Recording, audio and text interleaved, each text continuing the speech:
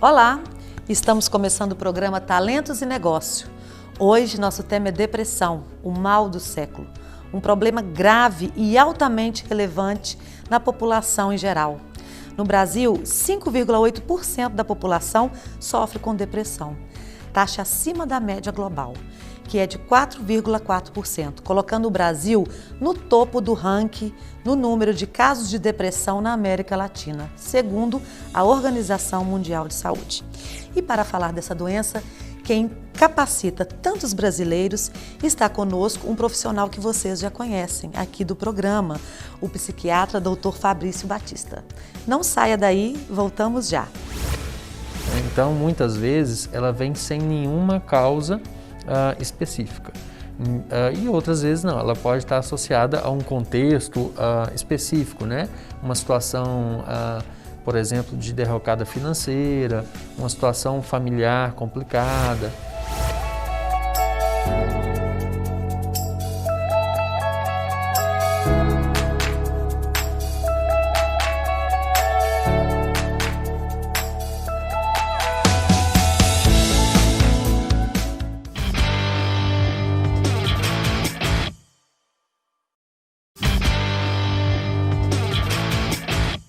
Estamos de volta com Talentos e Negócios e nesta semana nosso tema é depressão.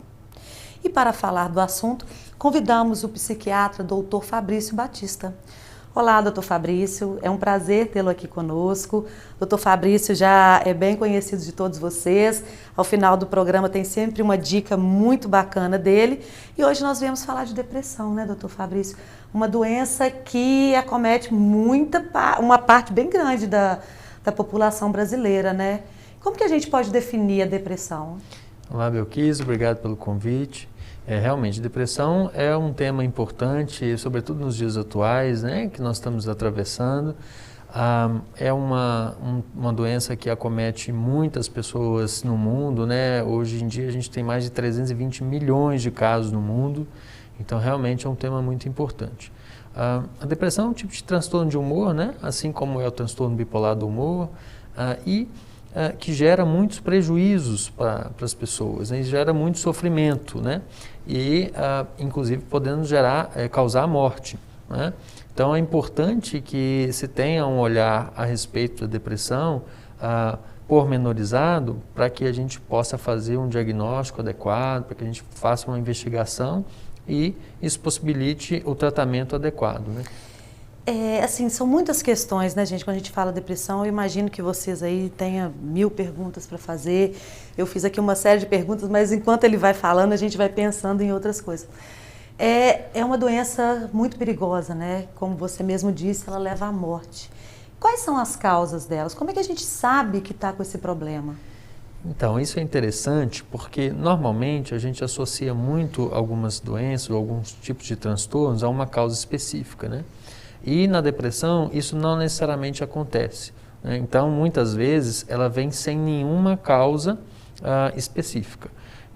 E outras vezes não, ela pode estar associada a um contexto específico, né? Uma situação, por exemplo, de derrocada financeira, uma situação familiar complicada, né? E uma perda de emprego, uma perda de um ente. Traços genéticos também? Com certeza.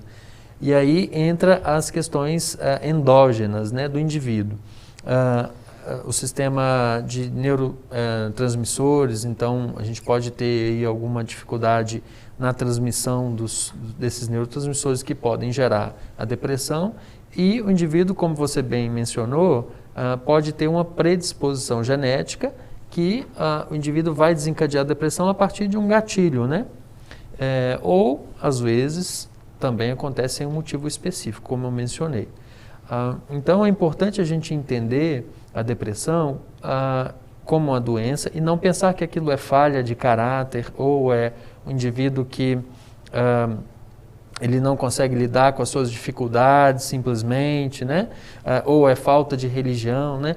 Porque isso acaba comprometendo para a piora daquele indivíduo, porque ele se sente mais culpado ainda por estar tendo esses sintomas e ser acusado, por exemplo, de não ter uma religião, sendo que muitas vezes a pessoa tem uma religião, né? E como que a gente detecta? Por exemplo, eu tenho em casa familiares e tem uma determinada pessoa que está com depressão. Como eu observo, porque muitas vezes, isso a gente vê de experiência com as pessoas, que muitas vezes as pessoas são taxadas de mimada, tá fazendo gracinha para aparecer. É uma forma, talvez, a pessoa gritar que está doente, né? Mas como que a gente detecta isso numa pessoa da gente para a gente poder ajudar? Porque às vezes também é muito difícil a pessoa compreender que a outra realmente está doente. Como que a gente faz para ajudar essas pessoas, a gente que está em casa, para detectar isso? Isso é uma pergunta interessante, porque isso suscita na gente aquela necessidade de observação, né? Então, a gente precisa perceber se houve alguma alteração de comportamento daquele indivíduo, né?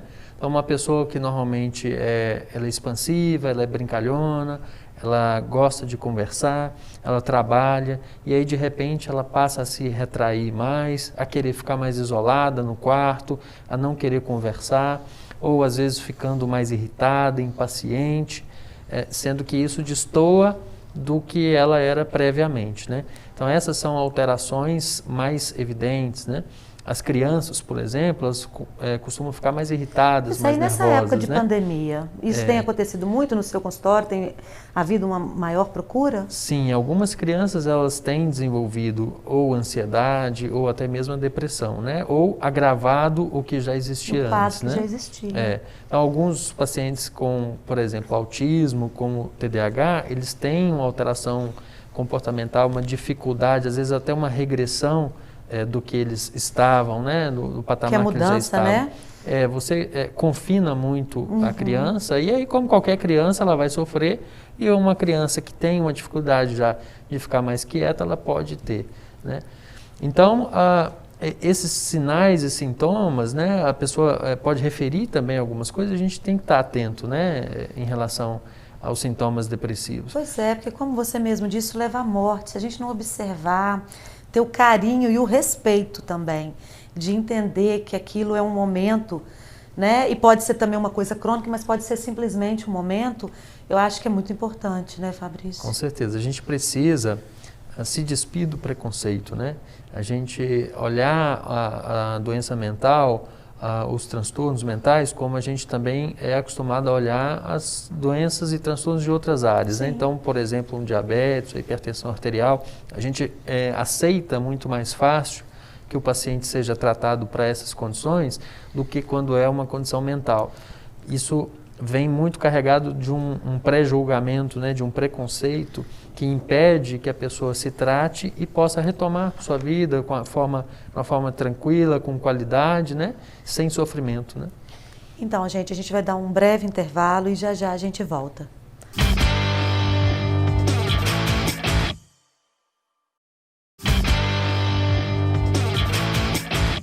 Voltamos com o programa Talentos e Negócios e o nosso assunto é depressão. E quem está conosco é o psiquiatra Dr. Fabrício Batista. Doutor Fabrício, no outro bloco nós falamos o que era depressão, quais as causas, como que a gente detecta. Mas agora vamos falar do indivíduo. O que a pessoa sente? Quais são os sintomas? O que a pessoa passa quando ela está nesse sofrimento? Os sintomas mais comuns são a tristeza, né? E normalmente vem uma tristeza sem um motivo específico, né? Pode estar tudo bem ao redor dessa pessoa, inclusive financeiramente, a questão familiar, e ele tem essa tristeza sem motivo que ele não consegue identificar de onde vem, né? É muito comum que ela venha acompanhada de choro, né, ou uma labilidade emocional, que a gente chama, então que é ele instabilizar por qualquer coisa, né, ele começar a chorar por qualquer motivo, às vezes sem motivo. Ele começa a perder o prazer de fazer as coisas que ele já gostava de fazer, né? Então, ele trabalhava e gostava de trabalhar e agora já não quer mais fazer, não quer também estudar ou fazer as atividades do dia a dia, praticar um esporte ou fazer qualquer coisa, cozinhar, por exemplo, né? Faça o que ele mais gosta, né? As coisas que ele tem prazer. Exatamente. A pessoa começa a querer ficar mais isolada, né? Às vezes ficar no quarto, não quer mais conversar, começa a ficar impaciente, irritada, né? E aí isso pode também vir seguido de pensamentos de sumir ou de morrer, né? Ou até ideação suicida. Pois é, gente, isso é muito sério, né? Por isso que é importante a gente detectar as pessoas que estão, porque elas precisam de ajuda e socorro, né? Às vezes não conseguem gritar. E como é que é feito esse diagnóstico? Com certeza, isso que você está falando é importante porque muitas vezes as pessoas chegam com essa sintomatologia no consultório e elas não sabem o que tem. E é difícil porque... Às vezes pensa que está até maluco, né? O nosso senso crítico ele fica comprometido, então a gente não consegue entender. Então, o diagnóstico, respondendo a sua pergunta, é um diagnóstico que ele é clínico, né? A gente precisa fazer uma boa investigação, né? Uma triagem, a nossa anamnese, né? Que é investigar, entrevistar o paciente e excluir algumas outras condições. A gente normalmente solicita alguns exames para você excluir outras condições, como por exemplo o hipotireoidismo, né? Mas o quadro, a síndrome depressiva, ela é até, de certa forma, fácil de ser identificada, né? Quando esses tipos mais clássicos de depressão, né? Existem vários tipos de depressão que cabe ao psiquiatra investigar. Definir, né? ali, né? E aí, então o diagnóstico clínico ele não necessariamente tem que ter um exame confirmatório, o exame é mais excludente, né? E tem alguma doença que camufla a depressão? Existe essa questão? A gente ouve falar? Existe? Sim, com certeza. Existem algumas medicações que podem causar um quadro depressivo, né? E existem também algumas doenças que podem mimetizar, né? Imitar o quadro depressivo, como por exemplo a principal delas que é o hipotireoidismo, né?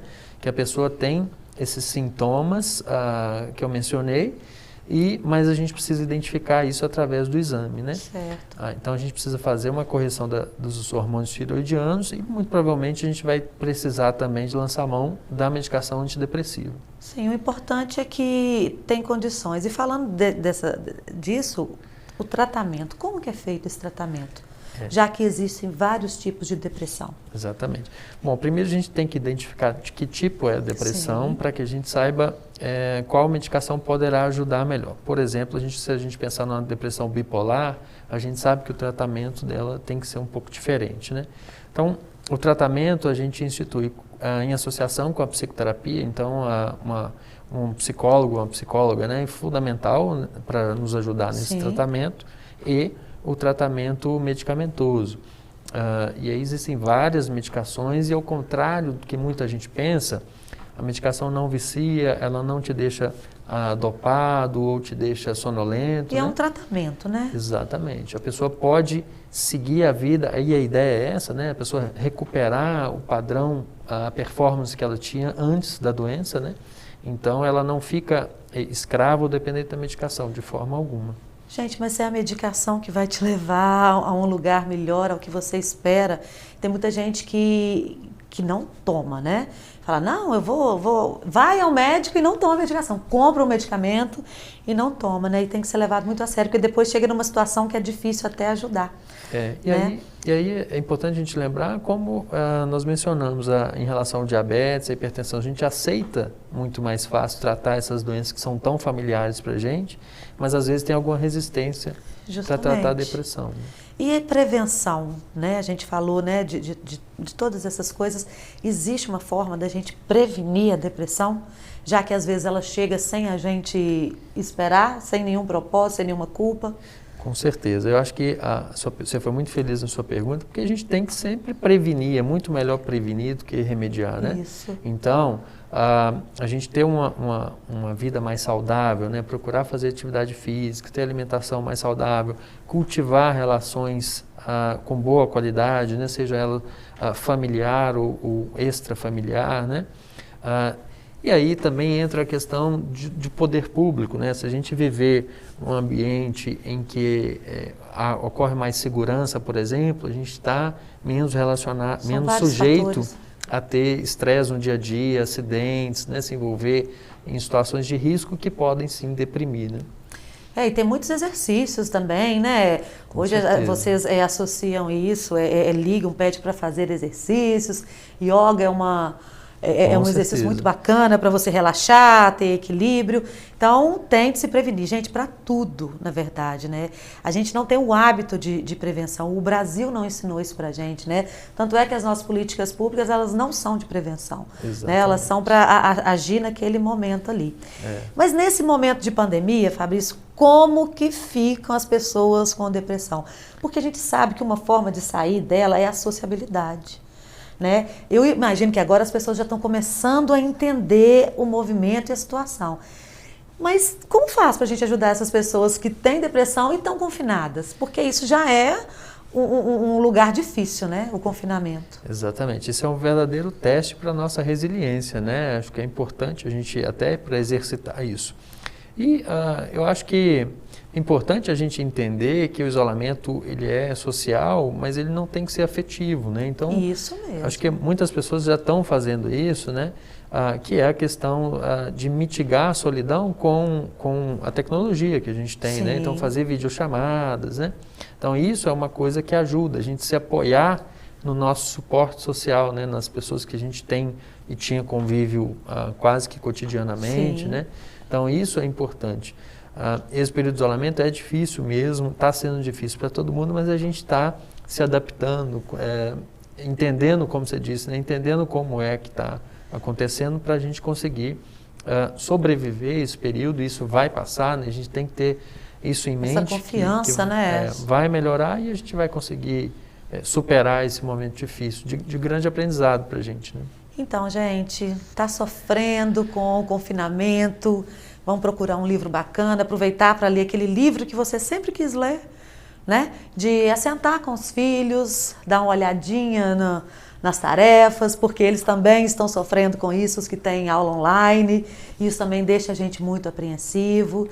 Vamos procurar outras formas de interagir com o mundo, mas que seja com segurança.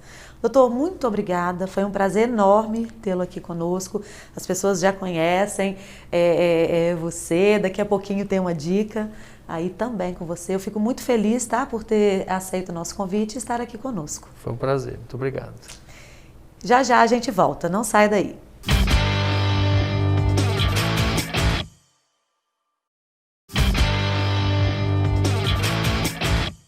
Estamos de volta com o programa Talentos e Negócios e agora você vai ouvir uma dica super especial de saúde mental que o Dr. Fabrício Batista tem para você. Você já ouviu falar em TDAH em adultos?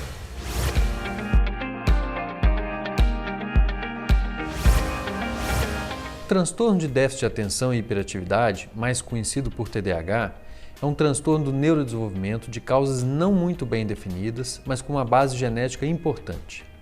Ele foi o primeiro transtorno psiquiátrico a ser diagnosticado e tratado em crianças. Os sintomas e sinais do TDAH se estabelecem na infância, antes dos 12 anos, enquanto o cérebro está se desenvolvendo, com manifestações de desatenção, hiperatividade e impulsividade. No TDAH, a inteligência é inteiramente preservada, ou seja, ela é normal. Infelizmente, é muito comum que os adultos com TDAH não tenham tido a oportunidade de receber esse diagnóstico na infância, o que acarreta em uma série de prejuízos ao longo da vida, podendo gerar muita angústia, frustração e sofrimento, que poderiam ser evitados. No adulto, os sintomas são mais sutis e por isso pode ser mais difícil reconhecer e diagnosticar o TDAH. É importante que se faça uma avaliação adequada, baseada em critérios diagnósticos específicos, para que haja um diagnóstico e tratamento corretos. Isto vai impactar positivamente na vida do indivíduo, aumentando sobremaneira a sua qualidade de vida no âmbito social, acadêmico e profissional. O diagnóstico do TDAH é clínico, portanto, não são necessários exames para confirmação diagnóstica e deve ser feito por um profissional preparado e experiente, uma vez que pode ser confundido com outras condições, como transtornos de ansiedade. Pode haver o predomínio de sintomas de desatenção, hiperatividade e impulsividade, ou pode ter a combinação desses três fatores. Os sinais e sintomas e as queixas mais comuns em indivíduos com TDAH são dificuldade em manter a atenção e a concentração, esquecimentos, muitas vezes a pessoa é tida como desligada, que frequentemente perde objetos e por isso pode ser motivo de piadas e comentários maldosos. Desorganização e dificuldade de planejamento, má administração do tempo, procrastinação, ou seja, adia suas tarefas e obrigações. Muitas vezes chega atrasado ou falta aos compromissos. O indivíduo faz 1000 coisas ao mesmo tempo, mas não termina nenhuma delas. Ou seja, a pessoa tem dificuldade em iniciar e concluir tarefas e projetos, pois muda de atividade prematuramente. A inquietação também é muito comum. É muito frequente a pessoa dizer que tem dificuldade para relaxar. O indivíduo toma decisões de forma impulsiva. A impulsividade aumenta o risco de uso de drogas, direção perigosa, acidentes de trânsito e gravidez prematura. O temperamento explosivo, o famoso pavio curto, dificuldade de ouvir e esperar a sua vez. O tratamento do TDAH envolve medidas comportamentais através da psicoterapia e medicamentosas, com o uso de psicoestimulantes, com excelentes resultados na maioria dos casos. Se você se identificou com a maioria desses sinais e sintomas ou tem alguém próximo a você com essas características, um psiquiatra deverá ser consultado para esclarecer suas dúvidas e, se necessário, estabelecer um tratamento. Bom, eu fico por aqui, espero que você tenha gostado. Até a próxima!